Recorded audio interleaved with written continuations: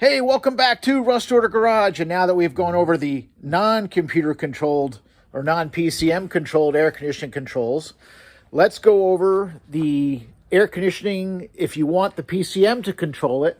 And this will be 1999 to 2002 with the P01 PCM. And what I'll do is, because the non-computer controlled diagrams are actually a good foundation for the PCM controlled schematic, I'll put those up first. So pretty much we'll be going over kind of the same video I already did. But at the end, I'll show you the additions to let the PCM do the controls. It's very simple. All right, so let's start out with the most simple air conditioning diagram there is. Now, this is not a schematic. This is not something you're going to copy. We will add some things to this as we go on.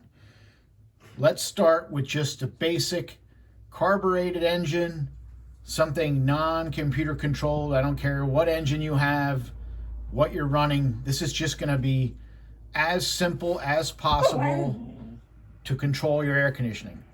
Now, this is not the final schematic. Like I said, I just drew this first just to give you an idea how this works.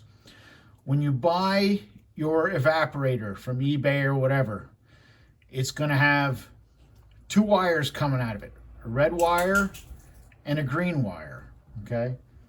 On the back of the evaporator, there's actually a mounting bolt.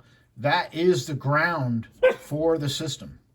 So you're gonna wanna ground the back of the evaporator right to the truck somewhere, your car somewhere.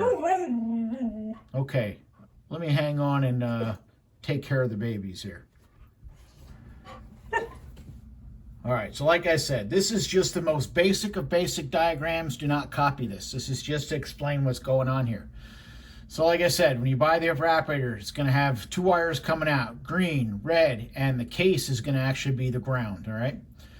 The red wire to the evaporator, as you get it, it already comes fused. There's a fuse in line. I can't remember. I think it's a 15 amp, but don't quote me. It comes with it.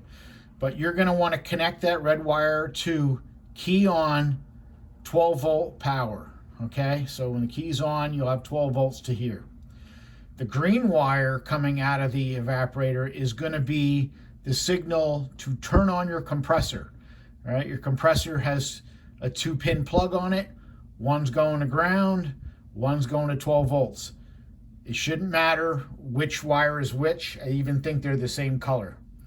But basically the way this works is when you turn on the switch on the evaporator, it's going to send out the request to turn on the compressor. Okay, the fans will turn on and it'll send out that request. Now we're going to add a couple things to it, but I just wanted you to understand this basic premise first of how this is going to work. All right, here is our updated schematic. So the key on 12 volts into the evaporator, nothing's changed there. We made a few additions here. First thing we did was added a compressor relay. The green wire coming out of the evaporator can't go straight into the AC compressor. It has to go to a relay and use a relay to control that compressor because it's a high current load, all right? So the green wire is going to go into pin 86, and this is a standard Bosch relay configuration or basic relay that you can find anywhere cheap. So that green wire is going to go on pin 86, and pin 85 is going to go to one side of your binary switch. Now, I used a binary switch because I'm using a mechanical fan. If you're running an electric fan with a trinary switch, you're still going to do this same thing. You'll just have a couple extra wires for your fan control. So one side of the binary switch is going to go to 85, and the other side of the binary switch is going to go to ground. The other two lines here, and we'll come back to this. Pin 30 is going to be full-time 12 volt power fused. I showed here going to the battery, but it can go off your fuse box, off of full-time power. 10 gauge wire you want on this, 25 amp fuse, okay? Pin 87 is going to go to your AC compressor positive side. Other side of the compressor will go to ground, the other wire. It's just a 2-pin connector. So ignore that for a minute. So back here, the way this works is these pins here, 85 and 86, are the coil on the relay. So if you have power here and a ground here, the contacts will close and power that's already here on 30 will be sent to 87 and turn on the compressor. Because you have the binary switch on the ground side of your coil here, the only way this is going to go to ground is if this switch is satisfied. And that's if pressure is not too low or not too high. And this will be closed in good when you have good pressure, and then you'll have your ground. So that's your protection for your compressor. If you ran out of refrigerant and got low pressure, this would open and you wouldn't be able to turn on your compressor. The other thing we've added here is this diode. This is a 1N5408. That's a good part number. You can buy those on Amazon if needed. And you want that diode across your wires for your compressor to prevent power surge in the reverse direction when you turn it off.